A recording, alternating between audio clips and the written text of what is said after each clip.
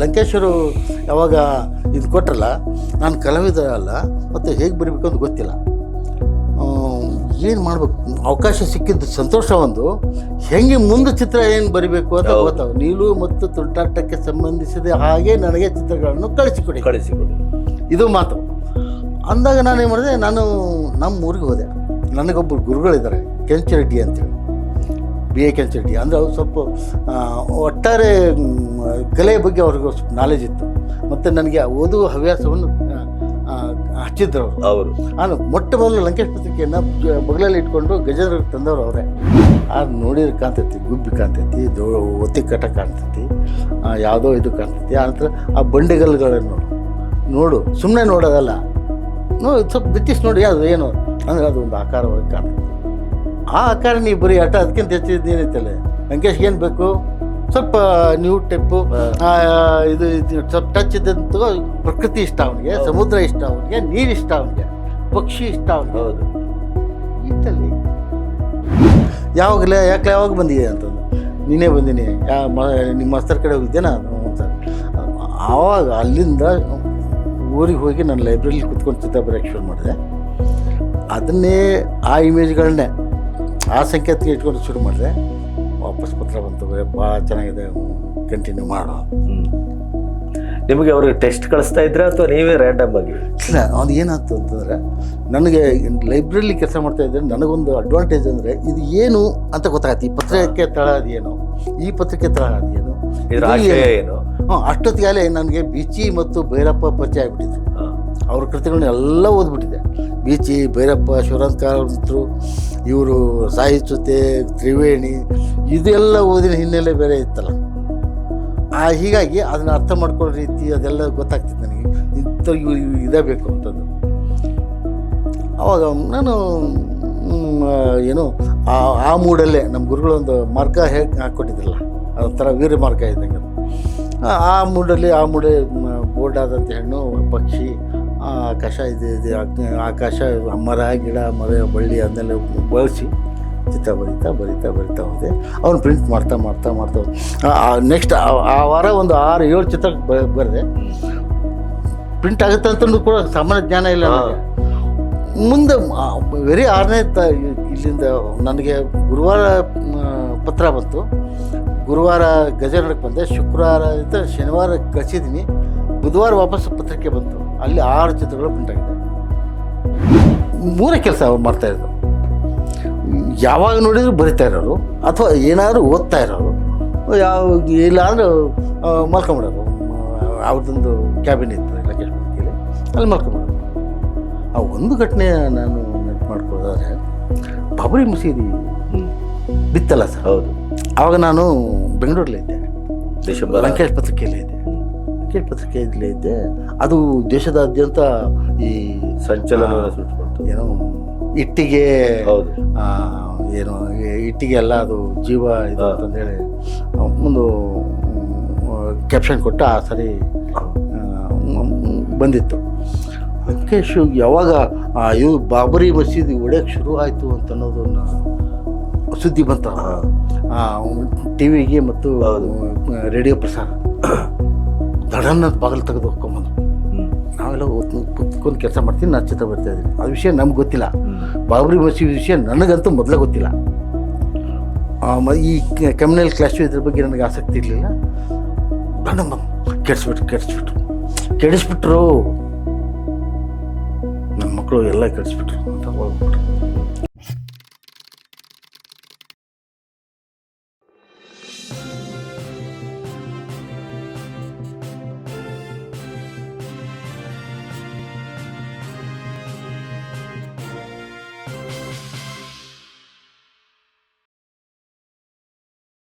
ಆಮೇಲೆ ಲಂಕೇಶ್ ಒಡನಾಟಕ್ಕೆ ಲಂಕೇಶ್ ಅಂದ್ರಲ್ಲ, ನೋಡ್ತೀನಿ, ಕಲಾವಿದ ಅಲ್ಲ. ಚಿತ್ರ ಎಷ್ಟು ಅಂದರೆ ಪತ್ರಿಕೆಗೆ ಬರೀಬೇಕು ಅನ್ನೋ ಒಂದು ಪ್ರಬುದ್ಧತೆ ಬೇಕಲ್ಲ. ಅವಾಗೆಲ್ಲ ತರಂಗ ಪತ್ರಿಕೆಯಲ್ಲಿ ಹರಿಣಿ ಅಂತ ಬರಿತಾ ಇದ್ರು, ಭಾಳ ಫೇಮಸ್. ಹರಿಣಿ, ಶ್ಯಾಮ್, ಹೌದು, ಅವರೆಲ್ಲ ಬರಿತಾ ಇದ್ರು. ಹೌದು. ಹರಿಣಿ ಚಿತ್ರದಿಂದ ಪ್ರಭಾವಿತನಾಗಿ ವ್ಯಂಗ್ಯ ಚಿತ್ರ ಬರೆಯೋಕ್ಕೆ ಶುರು ಮಾಡಿದ್ದೆ ನಾನು ತರಂಗಕ್ಕೆ ಮತ್ತು ತುಷಾರಕ್ಕೆ ನನ್ನ ಮೊದಲೇ ಚಿತ್ರ ಬಂತು. ಅವಾಗ ತುಷಾರದಲ್ಲಿ ಈಶ್ವರಯ್ಯನವರಿದ್ರು. ಈಶ್ವರಯ್ಯನವರು ಅವರು ಯಾರು ಸಂಪಾದಕರು ಅದು ಗೊತ್ತಿಲ್ಲ. ಒಟ್ಟು ಅಂದರೆ ಒಂದು ಚಿತ್ರಕ್ಕೆ 20 ರೂಪಾಯಿ ಕೊಡ್ತಿದ್ರು ಸರ್ ಅವರು. ಹೌದು. ಅದನ್ನೇ ಸ್ಪ್ಲಿಟ್ ಮಾಡಿದರೆ 40 ರೂಪಾಯಿ, 3 ಭಾಗ ಮಾಡಿದರೆ 60 ರೂಪಾಯಿ. ಹೀಗಾಗಿ ಅದೊಂದು ದುಡ್ಡನ್ನು ಕೊಡ್ತಿದ್ರು, ನನ್ನ ಕಲೆಗೆ ಒಂದು ಅವಕಾಶನೂ ಕಳಿಸಿ ಚಿತ್ರ ಎಲ್ಲ ತರಂಗದ ಪ್ರಿಂಟ್ ಮಾಡ್ತಿದ್ರು. ನನಗೆ ಅದು ಒಂದು ಖುಷಿ. ಆ ನಂತರ ಬೇರೆ ಬೇರೆ ಪತ್ರಿಕೆಯವರು ಆನಂತರ ಎಲ್ಲರೂ ಅವಕಾಶ ಕೊಟ್ಟರು. ಲಂಕೇಶರು ಯಾವಾಗ ಇದು ಕೊಟ್ಟರಲ್ಲ, ನಾನು ಕಲಾವಿದ ಅಲ್ಲ ಮತ್ತು ಹೇಗೆ ಬರೀಬೇಕು ಅಂತ ಗೊತ್ತಿಲ್ಲ, ಏನು ಮಾಡ್ಬೇಕು, ಅವಕಾಶ ಸಿಕ್ಕಿದ್ದು ಸಂತೋಷ ಒಂದು, ಹೆಂಗೆ ಮುಂದೆ ಚಿತ್ರ ಏನು ಬರೀಬೇಕು ಅಂತ ಗೊತ್ತಾವ. ನೀಲು ಮತ್ತು ತುಂಟಾಟಕ್ಕೆ ಸಂಬಂಧಿಸಿದ ಹಾಗೆ ನನಗೆ ಚಿತ್ರಗಳನ್ನು ಕಳಿಸಿಕೊಡಿ ಇದು ಮಾತು ಅಂದಾಗ ನಾನೇನು ಮಾಡಿದೆ, ನಾನು ನಮ್ಮ ಊರಿಗೆ ಹೋದೆ. ನನಗೊಬ್ಬರು ಗುರುಗಳಿದ್ದಾರೆ, ಕೆಂಚರೆಡ್ಡಿ ಅಂತೇಳಿ, BA ಕೆಂಚರೆಡ್ಡಿ. ಅಂದರೆ ಅವ್ರು ಸ್ವಲ್ಪ ಒಟ್ಟಾರೆ ಕಲೆಯ ಬಗ್ಗೆ ಅವ್ರಿಗೆ ನಾಲೆಜ್ ಇತ್ತು ಮತ್ತು ನನಗೆ ಓದುವ ಹವ್ಯಾಸವನ್ನು ಹಚ್ಚಿದ್ರು ಅವರು. ನಾನು ಮೊಟ್ಟ ಮೊದಲು ಲಂಕೇಶ್ ಪತ್ರಿಕೆಯನ್ನು ಬಗಲಲ್ಲಿ ಇಟ್ಕೊಂಡು ಗಜೇಂದ್ರ ತಂದವರು ಅವರೇ. ನಾನು ಲೈಬ್ರರಿ ಇದ್ದಿದ್ದೆ, ಲೈಬ್ರರಿಗೆ ಬರ್ತಿದ್ರು, ನಾನು ಅವ್ರಿಗೆ ಇದ್ದದ್ದನ್ನು ನೋಡಿದ್ದೆ. ನಾನು ನಂತರ ಆ ಸ್ನೇಹ ಬೆಳೆದು ಅವ್ರ ಕಲೆ ಬಗ್ಗೆ ಗೊತ್ತಿದೆ ಅಂತ ಗೊತ್ತಾಯಿತು. ಅವ್ರ ಹತ್ರ ಸರ್ ಹಿಂಗಾಗಿಬಿಟ್ಟಿದೆ ಅಂತ ನಮ್ಮೂರಿಂದ ನಾನು ಸವಣೂರಿಗೆ ಟ್ರಾನ್ಸ್ಫರ್ ಆಗಿದ್ದೆ. ಅಷ್ಟೊತ್ತಿಗೆ ಗಜೇಂದ್ರದಿಂದ ಸವಣೂರಿಗೆ ಟ್ರಾನ್ಸ್ಫರ್ ಆದಾಗ ಇದನ್ನು ಈ ಕೆಲಸ ಮಾಡಿಕೊಂಡೆ. ನಾನು ಲಂಕೇಶನ್ ತಡ್ಕೊಂಬಿಟ್ಟೆ, ಉಳಿಸ್ಕೋಬೇಕಲ್ಲ ಅದನ್ನು. ಬಿಟ್ಟಿದ್ದು ಯಾವನು ನನಗೊಂದು ಛಲ ಇದೆ, ಒಂದು ಇದು ಏನೇ ಇದ್ದರೂ ಅದು ಉಳಿಸ್ಕೋಬೇಕು ಅನ್ನೋಂಥದ್ದು. ಹೋದೆ, ಸರ್ ಹಿಂಗಾಗಿದೆ ಅಂತ ಅಂದ್ಕೊಂಡು ಹಿಂಗೆಲ್ಲ ನೋಡಿದರು, ಪತ್ರ ತೋರಿಸಿದೆ. ನಂತರ ನೋಡಿದಾಗ ಇದೇನು ದೊಡ್ಡ ಕೆಲಸ ಬರಲೆ ಅಂತಂದು. ಅದು ಸರ್ ಇಲ್ಲ ನನಗೆ ಹಿಂಗೆ ಅಂತ ಬಾ ಅಂತ. ನಮ್ಮೂರು ಬೆಟ್ಟ, ಅದ್ರ ಮೇಲೆ ಐತಿಹಾಸಿಕ ನಾಡು ಸರ್ ನಮ್ಮದು, ಭಾರಿ ಸುಂದರವಾಗಿದೆ, ಬಾ ಹೋಗೋಣ. ನಾವಿಬ್ಬರು ಬೆಟ್ಟ ಹತ್ತಿ ರೂಢಿ ಇತ್ತು, ನಾವು ಜೊತೆಗೆ ಬೆಟ್ಟ ಹತ್ತಿದ್ವಿ, ನಮ್ಮ ಗುರುಗಳು ನಾನು. ಸುಮಾರು ಒಂದು 7-8 ವರ್ಷ ಕಂಟಿನ್ಯೂ ದಿವಸ ಬೆಟ್ಟ ಹತ್ತೋದೇ ಕೆಲಸ. ಹಾಗೆ ನಾನು ಬೆಟ್ಟಕ್ಕೆ ಮೇಲೆ ಕರ್ಕೊಂಡೋದ್ರು. ನೋಡ ಇದು ಏನು ಕಾಣ್ತೈತಪ್ಪ ನಿಂಗೆ? ಏನೂ ಇಲ್ಲ, ನೋಡಿದ್ರೆ ಕಾಣ್ತೈತಿ, ಗುಬ್ಬಿ ಕಾಣ್ತೈತಿ, ಒತ್ತಿ ಕಟ ಕಾಣ್ತೈತಿ, ಯಾವುದೋ ಇದು ಕಾಣ್ತೈತಿ. ಆನಂತರ ಆ ಬಂಡೆಗಲ್ಲುಗಳನ್ನು ನೋಡು, ಸುಮ್ಮನೆ ನೋಡೋದಲ್ಲ, ಸ್ವಲ್ಪ ಬ್ರಿಟಿಷ್ ನೋಡಿ ಅದು ಏನು ಅಂದರೆ ಅದು ಒಂದು ಆಕಾರವಾಗಿ ಕಾಣ್ತೈತಿ. ಆ ಆಕಾರ ನೀವು ಬರೀ ಆಟ ಅದಕ್ಕಿಂತ ಹೆಚ್ಚಿದ್ದು ಏನೈತಲ್ಲ. ಲಂಕೇಶ್ಗೆ ಏನು ಬೇಕು, ಸ್ವಲ್ಪ ನ್ಯೂ ಟೈಪು, ಇದು ಸ್ವಲ್ಪ ಟಚ್ ಇದ್ದಂತ. ಪ್ರಕೃತಿ ಇಷ್ಟ ಅವನಿಗೆ, ಸಮುದ್ರ ಇಷ್ಟ ಅವನಿಗೆ, ನೀರು ಇಷ್ಟ ಅವನಿಗೆ, ಪಕ್ಷಿ ಇಷ್ಟ ಅವನಿಗೆ. ಹೌದು, ಇಷ್ಟಲ್ಲಿ ಏನೂ ಅಲ್ಲಿಲ್ಲ, ಇಷ್ಟ ತಮ್ಮ. ಆದರೆ ಒಂದು ಬೇಸಿಕ್ಕನ್ನು ಹಾಕ್ಕೊಟ್ಟು ಅವರು ಹೌದಲ್ಲ ಅಂದ. ಮತ್ತು ಅಷ್ಟೊತ್ತಿಗೆ ಸೂರ್ಯಾಸ್ತ ಆಗತ್ತಿತ್ತು. ಸೂರ್ಯಾಸ್ತ ನೋಡು, ಅಲ್ಲಿ ಸೂರ್ಯಾಸ್ತ ಬರೋದಕ್ಕೂ ಒಂದು ಏನು ಅಂದರೆ ಬಂಡೆ ಮೇಲೆ ಒಂದು ಹಕ್ಕಿಗೆ ಬಂದು ಕುಯ್ ಅಂತ ಚಿತ್ಕಾರ ಮಾಡ್ತಿದ್ದು ನೋಡಿ, ಎಷ್ಟು ಚೆಂದ ಐತಿಲ್ಲ ಇದು. ಬರೀ ಅದನ್ನು ಆ ಬಂಡೆಗೆ ಹೆಣ್ಣಿನ ರೂಪ ಕೊಡೋ ಗುರು ಯಾವ ರೂಪದಲ್ಲಿ ಇರ್ತಾನೆ ಅಂತ ಗೊತ್ತಿಲ್ಲ. ಇನ್ನೂ ಒಂದು ಇದು ಏನು ಅಂತಂದರೆ, ನಮ್ಮ ಹೈಸ್ಕೂಲು ಇದರಲ್ಲಿ NT ಶಿವಳ್ಳಿ ಅಂತ ಒಬ್ಬ ಡ್ರಾಯಿಂಗ್ ಟೀಚರ್ ಇದ್ರು ಸರ್, NT ಶಿವಳ್ಳಿ ಅಂತ. ಅವರು ಅದ್ಭುತವಾಗಿ ಚಿತ್ರ ಬರೀತಿದ್ರು. ಅವರು ಕೂಡ ಅವರು ಐತಿಹಾಸಿಕ ಕಥೆಗಳನ್ನು ಹೇಳೋದ್ರಲ್ಲಿ ನಿಸ್ಸೀಮರವರು. ಅದು ಸಾಭಿನಯದ ಮೂಲಕ. ರಣಧೀರ ಕಂಠೀರವ, HM ನಾಯಕ. ಅಂದರೆ HM ನಾಯಕ ಅಂದರೆ ಯಾರು ಅಂದರೆ ಇವರೇ. ಆ ಥರ ಸಾಭಿನಯದ ಮೂಲಕ ಕಥೆ ಹೇಳ್ತಿದ್ರು ನಮ್ಗೆ. ಈಗ ಬೇತಾಳನ ಕಥೆಗಳು, ಆ ಬೇತಾಳನ ತ್ರಿವಿಕ್ರಮ ಇವರೇ, ಇನ್ಯಾರು ಅಲ್ಲ, ನಮ್ಮ ಕೆಂಚರೆಡ್ಡಿ ಇವರು, ಕೆಂಚರೆಡ್ಡಿ ಅಲ್ಲ, ಶಿವಳ್ಳಿ ಗುರುಗಳ. ಹೀಗೆ ಇದು ಇತಿಹಾಸದ ಮತ್ತು ಪೌರಾಣಿಕ ಕಥೆಗಳ ಪರಿಚಯ ನಮ್ಗೆ ಆ ಗುರುಗಳು ಮಾಡಿಕೊಟ್ಟಿದ್ರು. ಈ ಹಿನ್ನೆಲೆಯೊಳಗೆ ಇವರು ನೋಡಿದಾಗ ಅದು ನೋಡಿದಾಗ ಎಲ್ಲ ಟ್ಯಾಲಿಯಾಗಿ ಎಲ್ಲ ಮಿಕ್ಸ್ ಆಗಿ ಅದಾಗ ಸಿನಿಮಾ ನೋಡಿ ಚಟ ಬೇರೆ ನಮಗೆ ಭಾಳ ಇತ್ತು. ಆ ಟೈಮಲ್ಲಿ ಸಿನಿಮಾಕ್ಕೆ ಹೋದ್ವಿ, ಇದನ್ನೆಲ್ಲ ಮಾಡಿ ಅವತ್ತು ಅಷ್ಟೆಲ್ಲರಗಳಿಗೆ ಸಿನಿಮಾ ನೋಡಿದ್ವಿ. ಸಿನಿಮಾ ನೋಡಿ ಮನೆಗೆ ಹೋಗಿ ಮಾಡ್ಕೊಂಡು ಮತ್ತೆ ಆನಂತರ ಮದುವೆ ಎದ್ದು ನಮ್ಮ ಮನೆಗೆ ಹೋದ್ವಿ. ಯಾವಾಗ ಬಂದಿದೆ ಅಂತಂದು, ನೀನೇ ಬಂದೀನಿ, ನಿಮ್ಮ ಮಾಸ್ತರ್ ಕಡೆ ಹೋಗಿದ್ದೇನಾ? ಹ್ಞೂ ಸರ್. ಆವಾಗ ಅಲ್ಲಿಂದ ಊರಿಗೆ ಹೋಗಿ ನಾನು ಲೈಬ್ರರಿಲಿ ಕೂತ್ಕೊಂಡು ಚಿತ್ರ ಬರೆಯೋಕ್ಕೆ ಶುರು ಮಾಡಿದೆ. ಅದನ್ನೇ ಆ ಇಮೇಜ್ಗಳನ್ನೇ ಆ ಸಂಕೇತಕ್ಕೆ ಇಟ್ಕೊಂಡು ಶುರು ಮಾಡಿದೆ. ವಾಪಸ್ ಪತ್ರ ಬಂತು, ಭಾಳ ಚೆನ್ನಾಗಿದೆ, ಕಂಟಿನ್ಯೂ ಮಾಡೋ. ನಿಮಗೆ ಅವ್ರಿಗೆ ಟೆಸ್ಟ್ ಕಳಿಸ್ತಾ ಇದ್ರೆ ಅಥವಾ ನೀವೇ ರ್ಯಾಂಡಮ್ ಆಗಿ? ಇಲ್ಲ, ಅದು ಏನಾಯ್ತು ಅಂತಂದರೆ, ನನಗೆ ಲೈಬ್ರರಿಲಿ ಕೆಲಸ ಮಾಡ್ತಾಯಿದ್ದರೆ ನನಗೊಂದು ಅಡ್ವಾಂಟೇಜ್ ಅಂದರೆ ಇದು ಏನು ಅಂತ ಗೊತ್ತಾಗತ್ತೆ. ಈ ಪತ್ರಿಕೆ ತಳ ಅದೇನು, ಈ ಪತ್ರಿಕೆ ತಳ ಅದೇನು, ಏನು. ಅಷ್ಟೊತ್ತಿಗಾಲೇ ನನಗೆ ಬಿಚಿ ಮತ್ತು ಭೈರಪ್ಪ ಪರಿಚಯ ಆಗಿಬಿಟ್ಟಿದ್ರು. ಅವ್ರ ಕೃತಿಗಳನ್ನ ಎಲ್ಲ ಓದ್ಬಿಟ್ಟಿದ್ದೆ. ಬೀಚಿ, ಭೈರಪ್ಪ, ಶಿವರಾಮ್ ಕಾರಂತರು, ಇವರು ಸಾಹಿತ್ಯತೆ, ತ್ರಿವೇಣಿ, ಇದೆಲ್ಲ ಓದಿನ ಹಿನ್ನೆಲೆ ಬೇರೆ ಇತ್ತಲ್ಲ. ಹೀಗಾಗಿ ಅದನ್ನು ಅರ್ಥ ಮಾಡ್ಕೊಳ್ಳೋ ರೀತಿ ಅದೆಲ್ಲ ಗೊತ್ತಾಗ್ತಿತ್ತು ನನಗೆ. ಇಂಥ ಇದೇ ಬೇಕು ಅಂತಂದು. ಆವಾಗ ನಾನು ಏನು ಆ ಮೂಡಲ್ಲೇ ನಮ್ಮ ಗುರುಗಳೊಂದು ಮಾರ್ಗ ಹೇಗೆ ಹಾಕ್ಕೊಟ್ಟಿದ್ರಲ್ಲ, ಅದೊಂಥರ ವೀರ ಮಾರ್ಗ ಇದ್ದಂಗೆ ಅದು. ಆ ಮೂಡೆ ಬೋರ್ಡಾದಂಥ ಹೆಣ್ಣು, ಪಕ್ಷಿ, ಆಕಾಶ, ಇದು ಆಕಾಶ, ಮರ, ಗಿಡ, ಮರ, ಬಳ್ಳಿ ಅದನ್ನೆಲ್ಲ ಬಳಸಿ ಚಿತ್ರ ಬರಿತಾ ಹೋದೆ. ಅವ್ನು ಪ್ರಿಂಟ್ ಮಾಡ್ತಾ ನೆಕ್ಸ್ಟ್ ಆ ವಾರ ಒಂದು 6-7 ಚಿತ್ರ ಬರೆದೆ. ಪ್ರಿಂಟ್ ಆಗುತ್ತೆ ಅಂತಂದು ಕೂಡ ಸಾಮಾನ್ಯ ಜ್ಞಾನ ಇಲ್ಲ ನನಗೆ. ಮುಂದೆ ವೆರಿ 6ನೇ ಇಲ್ಲಿಂದ ನನಗೆ ಗುರುವಾರ ಪತ್ರ ಬಂತು. ಗುರುವಾರ ಗಜನಡಕ್ಕೆ ಬಂದೆ, ಶುಕ್ರವಾರ ಶನಿವಾರ ಕಳಿಸಿದ್ದೀನಿ, ಬುಧವಾರ ವಾಪಸ್ ಪತ್ರಿಕೆ ಬಂತು. ಅಲ್ಲಿ 6 ಚಿತ್ರಗಳು ಪ್ರಿಂಟ್ ಆಗಿದೆ. ಕಲಾಲೋಕ ಅಥವಾ ಪತ್ರಿಕಾ ಲೋಕ ನನಗೆ ತೆರೆದುಕೊಂಡ್ಬಿಡ್ತಾವೆ. ಅದನ್ನು ಸದುಪಯೋಗ ಮಾಡ್ಕೋತ ಹೋದ. ಹೇಳಿದೆ ಅಂದರೆ ಮತ್ತೊಂದು ಪತ್ರ ಬರೆದು, ನನ್ನ ಕುತೂಹಲ ತಣಿಸಲು ನಿನ್ನ ಫೋಟೋ ಮತ್ತು ಬಯೋಡಾಟಾ ಕಳಿಸುವ. ಅಲ್ಲಿ ಹೋಗಿ ನೋಡೇ ಇಲ್ಲ ನಾನು. ಎಲ್ಲರೂ ಅಂತಾರೆ, ಯಾರನ್ನು ಹಿಡ್ಕೊಂಡು ಹೋಗಿ ಅವ್ರನ್ನ ಭೇಟಿ ಮಾಡಿದೆ ಅಂತ ಎಲ್ಲರೂ ಅಂತಾರೆ. ಯಾರೂ ಇಲ್ಲ, ನನ್ನನ್ನು ನಾನು ಹಿಡ್ಕೊಂಡು ಹೋಗ್ತೀನಿ, ನನ್ನ ಕಲೆ ಎಳ್ಕೊಂಡು ಹೋಯ್ತು ಅಷ್ಟೇ. ಅದಂತ ಫೋಟೋ ಎಲ್ಲ ಮಾಡೋದು. ಮತ್ತು ಬೆಂಗಳೂರಿಗೆ ಹೋದರೂ ನಾನು ಲಂಕೇಶ್ವರಕ್ಕೆ ಹೋಗ್ತಿರ್ಲಿಲ್ಲ. ಮುಕ್ತ ಪರಿಚಯ ಎಲ್ಲರೂ ಓಡಾಡಿ ಮೊದಲು ಭೇಟಿ ಮಾಡೋದು ಅಂತಿಲ್ಲ, ಹಂಗೆ ಅನ್ನಿಸ್ತಿರ್ಲಿಲ್ಲ ನನಗೆ. ಫೋಟೋ ಮತ್ತು ಬಯೋಡೇಟಾ ಕಳಿಸಿದೆ. ಅವರು ಸಹಜವಾಗಿ ಅವಾಗ ಪ್ರತಿಕ್ರಿಯೆ ಬರೀತಿದ್ರು ಸರ್. ವಾರಕ್ಕೊಂದು 2 ವಾರಕ್ಕೊಂದು 3 ವಾರಕ್ಕೊಂದು ಪತ್ರ ಬರೀತಿದ್ರು. ಅದು ನನಗೆ ಅದೊಂದು ಭಾಗ್ಯ, ಅದು ಯಾರಿಗೂ ಸಿಕ್ಕಿದಂಥ ಭಾಗ್ಯ. ತಿಂಗಳಿಗೆ 500 ರೂಪಾಯಿ ಸಂಬಳ ಏನು ಸರ್. ಹೀಗಾಗಿ ನನ್ನ ಆದಾಯದ ಇದು ದುಪ್ಪಟ್ಟಾಗ್ಬಿಡ್ತು. ಉತ್ಸಾಹನೂ ಹಾಗೆ. ಲಂಕೇಶ್ ಪತ್ರಿಕೆಯ ನೀಲು ಚಿತ್ರದಿಂದ ನಿಮಗೆ ಸಾಮಾಜಿಕವಾಗಿ, ಸಾಂಸ್ಕೃತಿಕವಾಗಿ ಯಾವ ರೀತಿಯ ಸ್ಪಂದನ ಬಂತು? ಅದಂತೂ ತುಂಬ ಸ್ಪಂದನ ಬಂತು. ಏನು ಅಂತಂದರೆ, ಲಂಕೇಶ್ಗೆ ಎಷ್ಟು ಪತ್ರ ಬರ್ತಾಯಿದ್ವು ಅದರ ಅರ್ಧದಷ್ಟು ಪತ್ರ ನನಗೆ ಬರ್ತಿದ್ವು. ನಿನಗೆ ಹೆಣ್ಣಿನ ಮೂಲೆ ಬಿಟ್ಟರೆ ಬೇರೆ ಏನು ಕಾಣಲ್ವಾ ನಿಮ್ಮ ಕಲಾವಿದರಿಗೆ ಅಂತ ಪತ್ರ ಬರೀತಿದ್ರು. ಏನು ಸರ್, ಆ ಥರ ಅದ್ಭುತ ರೇಖೆಗಳು ಅಂತ ಅವ್ರು ಬರೀತಿದ್ರು. ನನಗೆ ಗೊತ್ತಿಲ್ಲ, ನಾನು ನನ್ನದೇ ಇನ್ನೊಬ್ಬರು ಯಾಕಂದರೆ ಎಲ್ಲ ಪತ್ರಿಕೆಯಲ್ಲಿ ಚಂದ್ರನಾಥಾಚಾರ್ಯರನ್ನು ನೋಡ್ತಿದ್ದೆ, ಹರಿಣೀನ ನೋಡ್ತಿದ್ದೆ, ಹರಿಶ್ಚಂದ್ರ ಶೆಟ್ಟಿ ಅವರು, ಮೋನಪ್ಪ ಅವ್ರು ನೋಡ್ತಿದ್ದೆ ಆವಾಗ.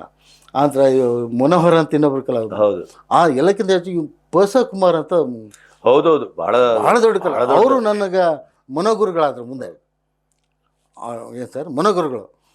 ಪಸ ಕುಮಾರ್ ಅದ್ಭುತ ಅಂದರೆ ಹೆಬ್ಳಿಕರ್ ಬರಿತಾಯಿದ್ರು. ಹುಬ್ಳಿಕರ್ ಅವ್ರದ್ದೊಂಥರ ಈ ಕಾದಂಬರಿಗೆಲ್ಲ ಚಿತ್ರ ಬಂದ್ರೆ ಹೆಣ್ಣು ಮಕ್ಕಳಿಗೆ ಚಿಂಗಾರಿ ಜಿಗಮಗ ಬ್ಲಾಕ್ ಆ್ಯಂಡ್ ವೈಟ್ ಅಲ್ಲಿ ಅದು ಜಗಮಗ ಅನ್ನೋದು ರಿಫ್ಲೆಕ್ಷನ್ ಎಷ್ಟು ಅದ್ಭುತ ಕಲೆ ಅದು. ಇವರೆಲ್ಲ ಇರ್ಬೇಕಂತಂದ್ರೆ ನಾನು ಏನು ಮಾಡೋದು ಅಂತ ದೊಡ್ಡ ಪ್ರಶ್ನೆ ಆಗಿ ಕಾಡ್ತದೆ. ಆದರೆ ಇನ್ನೇನು ನನಗೆ ಒಂದು ಬಂಡ್ತನ ಅಂದ್ರೇನು, ನನ್ನದೇ ಅಂತ ಶೈಲಿನ ಪ್ರಾರಂಭದಿಂದ ರೂಢಿಸ್ಕೊಂಡು ಬಂದಿದ್ದೆ. ಆ ಶೈಲಿನೇ ಮಾಡಕ್ಕೆ ಅಂದರೆ ಮೂಲ ಗೊತ್ತಿರಬೇಕು. ಗೊತ್ತಿಲ್ಲದೆ ನನ್ನದೇ ಆದ ಶೈಲಿ ಆಗೋದಿಲ್ಲ. ಅದು ನಾನು ಸಾಧಿಸಿದ್ದೀನಿ ಅಂತ ನನಗೆ ಗೊತ್ತಿಲ್ಲ. ಆದರೆ ಎಲ್ಲರೂ ಪತ್ರ ಬರಿತಾಯಿದ್ರು. ಅಂದರೆ ಇನ್ನೊಬ್ಬ ಗೆಳೆಯ ಪತ್ರ ಬರೆದ, ಲಂಕೇಶು ಏನು ಅಂದರೆ ಮುದ್ರಣ ಮಾಧ್ಯಮದಲ್ಲಿ ಹೊಸ ಇದನ್ನು ಕಂಡ್ರಂತ, ಅಂದರೆ ಬೆರಳು ಅಚ್ಚಿನಿಂದ ಕಂಪ್ಯೂಟರ್ಗೆ ಬಂದರು. ಆವಾಗ ಭಾಳಷ್ಟು ಕೆಲಸಗಾರರು ಕಿತ್ತಾಕಿದ್ರು. ಕೆಲವ್ರಿಗೆ ಗೆಳೆಯರಿಗೆ ಇಷ್ಟ ಆಗಿರಲಿಲ್ಲ.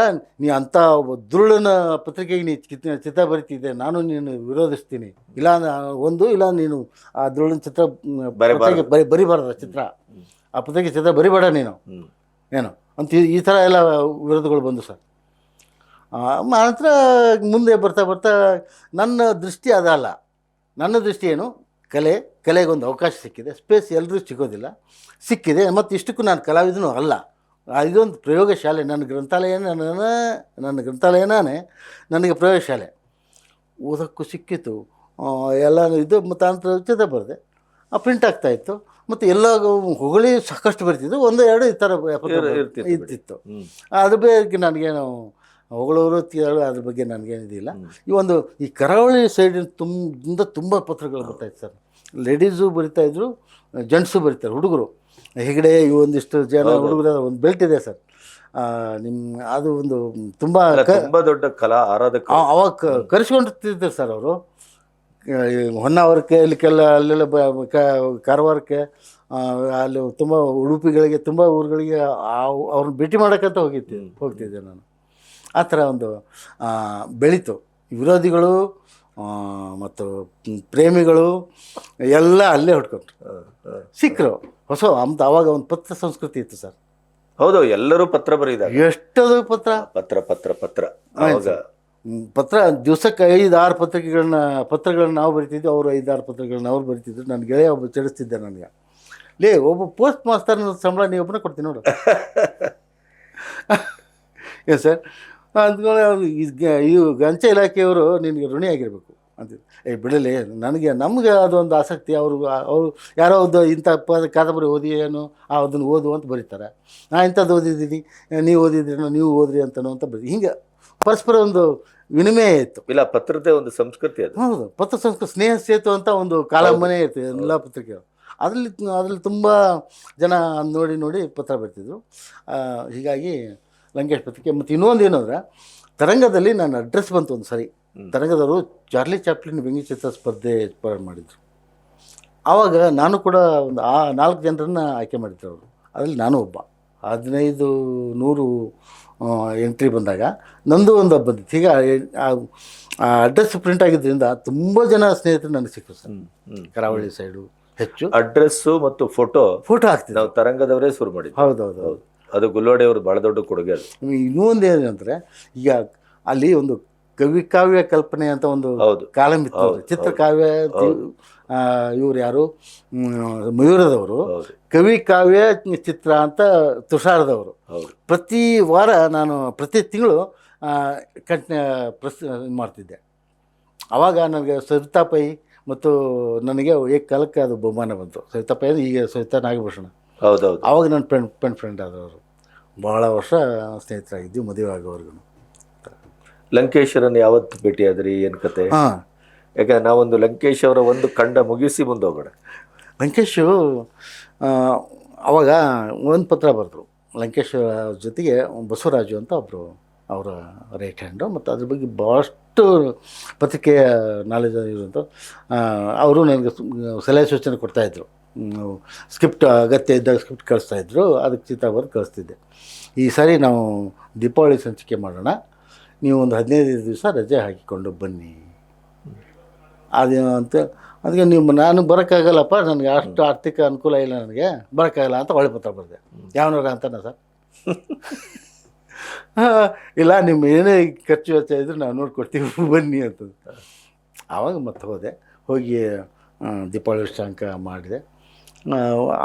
ಆವಾಗಿಂದ ಪ್ರತಿಯೊಂದು 5-6 ದೀಪಾವಳಿ ವಿಶ್ರಾಂಕಗಳನ್ನು ಲಂಕೇಶ್ ಜೊತೆ ಮಾಡಿದೆ. ಆವಾಗಲೇ ಫಸ್ಟ್ ಭೇಟಿ ನಂದು. ಆವಾಗಲೇ ಫಸ್ಟ್ ಭೇಟಿ. ಓಹೋ, ನೀನು ಪುಂಡ್ಲಿಕ್ಕ ಅಂತಂದು. ಹೌದು ಸರ್ ಅಂತ. ಅಗ್ರಹಾರ ನೀನು ಕೇಳ್ತಾ ಇದ್ದ ನೋಡಪ್ಪ, ಅವನು ಸ್ವಲ್ಪ ಭೇಟಿ ಮಾಡೋ, ಅಗ್ರಹಾರ ಕೃಷ್ಣಮೂರ್ತಿ. ಹೌದು, ಇವು ಅವ್ರ ಬಳಗನೇ ಕಾಯ್ತಾ ಇತ್ತು. ಹೋಗಿ ಭೇಟಿಯಾದಾಗ ಈಗ ಅದು ಏನು ಸರ್, ಆ ಹೂವಿನ ಜೊತೆ ನಾರು ಸ್ವರ್ಗ ಸೇರಿತು ಅಂತ ನನಗೆ ಆ ಒಂದು ಬಳಗ ಸರ್. ಅದೊಂದು ಟೀಮ್. ಅಲ್ಲಿ ನಾನು ಸೇರಿಕೊಂಡೆ. ಅದು ಒಂದು ನನಗೊಂದು ಸಿಕ್ಕಂಥ ದೊಡ್ಡ ವೇದಿಕೆ ಮತ್ತು ಒಂದು ಭಾಗ್ಯ ಅಂತ. ನೀವು ಕಂಡ ಲಂಕೇಶ್ ಏನು?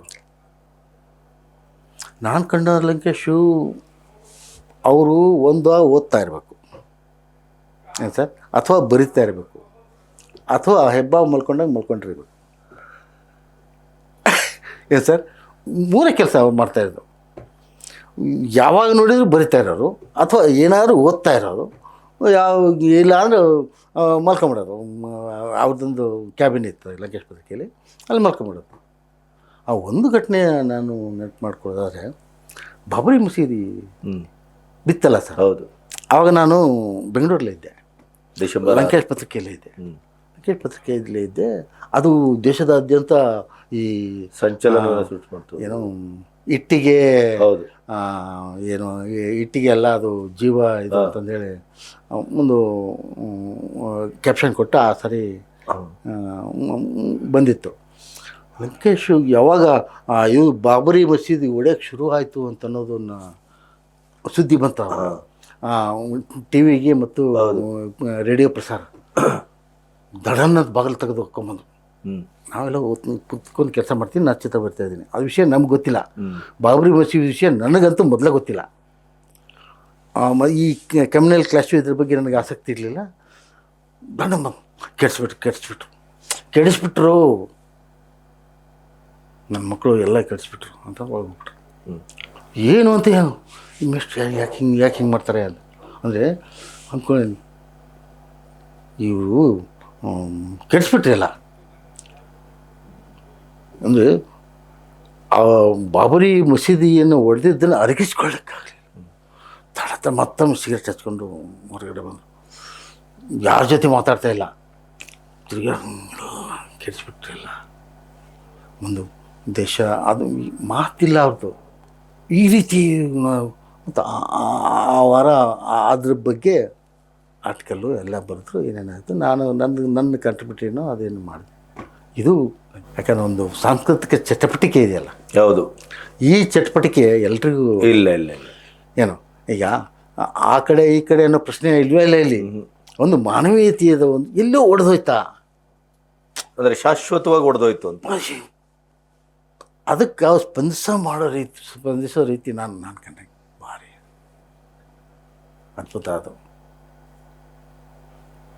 ನಮ್ಮದೇ ಮನಸ್ಸು ಹೊಡೆದೋಯ್ತು, ಇವ್ರದೇ ಮನಸ್ಸು ಹೊಡೆದೋಯ್ತು, ಎಲ್ಲ ಆಗೋಯ್ತು ಅನ್ನೋಷ್ಟು ಆಕಾಶನ ತಲೆಗೆ ಬಿದ್ದೋಯ್ತು ಅನ್ನೋಷ್ಟು ಚಟ್ಪಡಿಸಿದ್ರು ಅವರು. ಲಂಕೇಶ್ವರ ಪ್ಲಸ್ಸು ಮತ್ತು ಮೈನಸ್ಸು ಏನು ಅನ್ನಿಸ್ತದೆ? ಮೈನಸ್ ಬಗ್ಗೆ ನನಗೆ ಅಷ್ಟಾಗಿ ಗಮನಿಸಿಲ್ಲ, ಯಾಕಂದರೆ ನಾನು ದೂರ ಇದ್ದೆ. ಹೌದೌದು.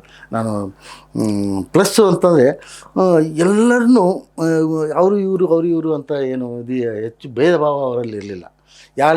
ಯಾರ ಜೊತೆ ಕರಿಬೇಕು ಮಾತಾಡಬೇಕು ಅಂತ ಜೋರು ಮಾಡಿ ಕರಿತಾಯಿದ್ರು, ಮಾತಾಡ್ತಾಯಿದ್ರು, ಕಳಿಸ್ತಿದ್ರು. ಅದೆಲ್ಲ ಅದು ಇವ್ರದ್ದೊಂದು ಟೀಮ್ ಏನಿತ್ತಲ್ಲ, ಪ್ರತಿ ಪತ್ರಿಕೆ ಶುರುವಾದ ಮೇಲೆ ಮರುದಿವಸ ಇಸ್ಪೀಟ್ ಆಡೋದು, ಅದೇ ಇವನ್ನ ಶೂದ್ರ ರಾಮಚಂದ್ರ ಶರ್ಮಾ ಅವರು ಕಿರಮ್ ಇದ್ರು, ಕಡಿಮೆ ಅವರು ಸಾಯಂಕಾಲ ಪಾರ್ಟಿಗೆ ಬರೋರು.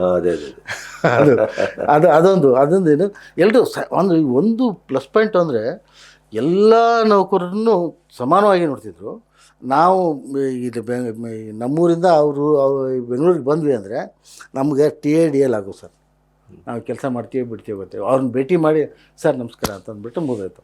ನಮಗೆ TIDL ಆಗು. ಹೋಗುವಾಗ ನಾವು TIDL ತೊಗೊಂಡೋಗ್ಬೇಕು, ಹಾಗೆ ಹೋದ್ರೆ ಬೇಯ್ತಾಯಿದ್ರು ಅವರು, ದುಡ್ಡು ಹೆಚ್ಚದೆ ನಿನಗೆ ಮತ್ತು ಅದು ಕೊಡೋದಲ್ಲದೆ ಮತ್ತು ಪಕ್ಕ ಒಂದು ಪರ್ಸ್ ಇರ್ತಾಯಿತ್ತು. ಅವ್ರು ಶರ್ಟ್ನ ಹಿಂಗೆ ತೆಗೆದು ಹಿಂಗೆ ಕೊಟ್ಬಿಟ್ಟು ಅದು ಎಷ್ಟು ತೆಗೆದ್ರು ಎಷ್ಟು ಬಿಡ್ತು ಗೊತ್ತಿಲ್ಲ. ಸರಿ ಊರಿಗೆ ಹೋಗ್ತಾ ಇದ್ದೀನಿ ಅಂತ ಹೋಗುವಾಗ ಕೊಟ್ಟು. ಅದೆಲ್ಲ ದೊಡ್ಡ ಉದಾರ್ಯ ಅದರಲ್ಲೂ ಆ ಕಾಲದಲ್ಲಿ. ಇನ್ನೊಂದು ನನಗೆ ಒಂದು ಘಟನೆ ನೆನಪಿದೆ. ಅವ್ರು ಸ್ವಲ್ಪ ರೇಸ್ ಆಡ್ತಾಯಿದ್ರು, ಗೊತ್ತಿಲ್ಲ, ರೇಸು ಮತ್ತು ಸಿಗರೇಟ್ ಇವು ದೌರ್ಬಲ್ಯನೋ ಪ್ರಾಬಲ್ಯನೋ ಅದನ್ನು ಪ್ರಾಬಲ್ಯ ಮಾಡ್ಕೊಂಡು ಅವರಿಲ್ಲ, ಅದೆಲ್ಲ ಇದು ಅಂತಲ್ಲ. ಯಾಕಂದರೆ ರೇಸ್ಗೆ ತೊಗೊಂಡು ಹೋಗ್ಬೇಕಾದ್ರೆ ಎಷ್ಟು ದುಡ್ಡು ತೊಗೊಂಡು ಹೋಗ್ಬೇಕು ಅನ್ನೋದು ಗೊತ್ತಿತ್ತು ಅವ್ರಿಗೆ.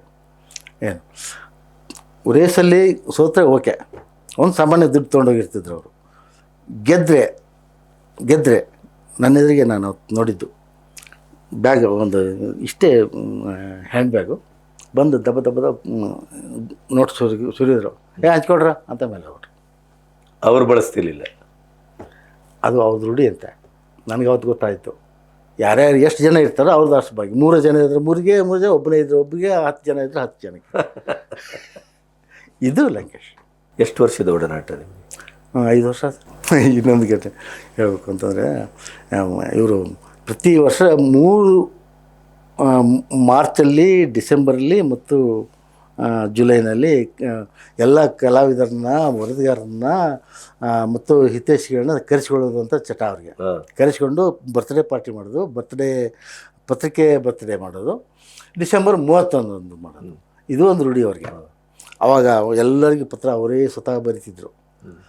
ನೀವೆಲ್ಲ ಬನ್ನಿ ಅಂದರೆ ಅವ್ರನ್ನ ಪತ್ರ ಬರೀತಿ, ನಿಮ್ಮ ಗೆಳೆಯ ಮತ್ತು ಗೆಳತಿಯರನ್ನ ಕರ್ಕೊಂಡ್ಬನ್ನಿ ಅಂದರೆ ಒಂದು ಚೈತನ್ಯ ತುಂಬುವಂಥ. ಏನು ಎಲ್ಲರನ್ನ ಕರ್ಕೊಂಡು ಬರ್ರಿ ಅಂತಂದು ಹೆಂಡ್ತಿನ ಕರ್ಕೊಂಡ್ಬಂದು ಹೋದ್ರು ಬೇಡ ಅಂತಲ್ಲ, ಏನೋ ಆ ಥರ ಹೋಗ್ತಿದ್ವಿ. ನಮ್ಗೆ ಯಾವುದೇ ಗುಂಡು ಹಾಕೋ ಚಟ ಇಲ್ಲ ನನಗೆ. ಅವತ್ತು ಪಾರ್ಟಿಲಿ ಇದ್ದೀವಿ, ನಾನು ತೋಟದಲ್ಲಿ ಮಾಡ್ತಿದ್ದೆ. ನಾನು ಹೋದ ವರ್ಷ ಪತ್ರಿಕೆ ಆಫೀಸಲ್ಲಿ, ಅಂದರೆ ತೋಟದಲ್ಲಿ ಮಾಡೋದು ಡಿಸೆಂಬರ್ 31. ಕರೆಕ್ಟ್. ಪತ್ರಿಕೆ ಆಫೀಸಿಂದು ಪತ್ರಿಕೆ, ಇವ್ರದ್ದು ಬರ್ತ್ಡೇ ಇನ್ನೊಮ್ಮೆ ಆ ಥರ. ಇದು ನಾನು ಹೋದಾಗ ಅವ್ರದ್ದು ಪತ್ರಿಕೆ ಬರ್ತ್ಡೇನ 11ನೇ ವರ್ಷದ್ದು, 10ನೇ ವರ್ಷದ ಇದಕ್ಕೆ ನಾನು ಹೋದೆ. 11ನೇ ವರ್ಷಕ್ಕೆ ಇದಕ್ಕೆ ಕರೆದ್ರು ನಮ್ಮನ್ನೆಲ್ಲ. ಕರೆದು ನಾವು ಹೋದಾಗ ಎಲ್ಲರೂ ಗುಂಡಾಗ್ತಾಯಿದ್ರು, ನಾನು ಸುಮ್ಮನೆ ಕೂತಿದ್ದೆ. ನನಗೆ ಆ ಚಟ ಇರಲಿಲ್ಲ ಯಾವುದೇ. ನಾನು 35 ವರ್ಷದವರೆಗೂ ಗುಂಡಾಕಿಲ್ಲ ನಾನು. ಅಂತ ಏನೋ ಕಲಾವಿದರು ಕೂತ್ಕೊಂಡಿದ್ದೀರಾ, ನಾನು ಏನೋ ಸ್ನ್ಯಾಕ್ಸ್, ಗೋಡಂಬಿ ಸ್ನ್ಯಾಕ್ಸ್ ಏನಾಯ್ತು ತಿಂತಾಯಿದ್ದೆ. ಅಂದ ತಕ್ಷಣ ಬಸವರಾಜ ಇವ್ರು ಸುಮ್ಮ ಕೂತಿದ್ದಾರಲ್ಲ, ಎಲ್ಲರೂ ತೊಳ್ತಾಯಿದ್ರು, ಕೂತಿದ್ರಲ್ಲ ಸಲ ಅವರು ಇದು ಇಲ್ಲವಂತೆ, ಅವರು ಬೇಡ ಅಂದರು. ಬರ ಅಲ್ಲಿ ಅಂತ ಕರ್ಕೊಂಡು, ಯಾಕಲ್ಲ ಬಾ ತಂದು ಚೇಂಬ್ರಿಗೆ ಕರ್ಕೊಂಡವರು. ಅಲ್ಲಿ UV ಬೀರ್ ಡಗ ಒಂದು ಮಗ್ಗಿಗೆ ಹಾಕಿ ಫಸ್ಟ್ ದೀಕ್ಷೆ ಅದು. ಏನು ಸರ್ ಅಂತ ಕುಡಿಬೇಕು, ಕುಡ್ಕಾಗ್ಬಾರ್ದು. ಕರೆಕ್ಟ್. ಅಂತಂದು ಆವತ್ತು ಒಂದು ಮಗ್ಗು ಇದು ಒಂದು